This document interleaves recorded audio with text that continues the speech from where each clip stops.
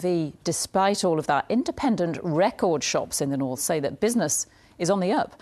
They say they've picked up more customers since Britain's biggest music store went into administration. And this weekend, hundreds queued from the early hours for Record Store Day. For tonight's Look North report, Andy Smythe went to find out why record shops are enjoying a renaissance.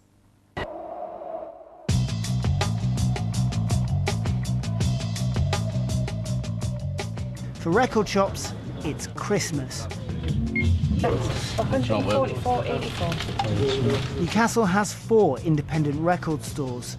This city is at the forefront of a nationwide vinyl revival.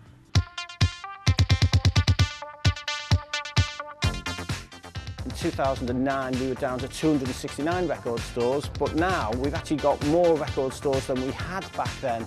And that's down to 2 things. I mean, one is the superb resurgence in vinyl. The second reason is Record Store Day itself. The queues are because of specially produced vinyl releases that are only available at independent stores. For a decade, these shops took a battering. Online retailers went offshore. They avoided paying tax, which allowed them to offer low prices. Last year, the government closed that loophole. Since then, independent record shops have been having a virtually level playing field, and it's given them a huge boost. And also, I think, as a country, people want to support independent businesses. Independence has become fashionable again. You'll often buy something that you wouldn't buy going into HMV or somewhere more commercial. You'd look through and it just looks more interesting somehow. Or... Like Sex Pistols? Yeah.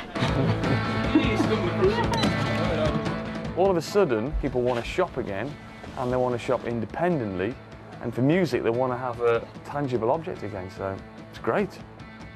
An LP with its size, its colourful cover and its possible lyrics, it becomes a really nice thing to own and therefore a nice thing to collect. Look at this. You don't get 3D sleeves with an MP3, do you? The golden age of the Hollywood musical, OK? You open it out. Already, you're transported back to the days of the Busby Berkeley movie. You want to learn more?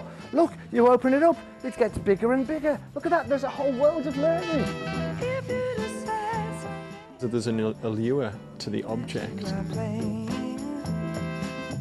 There's also a kind of ritualistic process that you go to. You go out and you see people in a record shop who you probably are quite familiar with, who might recommend things to you. First record I ever bought was Wizard Ballpark Incident. Everybody remembers the first record they ever bought. Does everybody remember the first track they ever downloaded? It's kind of like the schoolyard, swapping football stickers or whatever, it's still the same kind of thing, little thrill that you get. It's like a little treasure trove when you come into a shop, and it does have a kind of smell to it, and it's the smell of old cardboard probably. But remove emotion for a second. What about cold economics? How much did you actually spend in there? £670. Top of the world. This may surprise you. More than 2/3 of music sales is still people buying actual stuff rather than downloading it. Andy Smythe, City is at the forefront of a nationwide vinyl revival.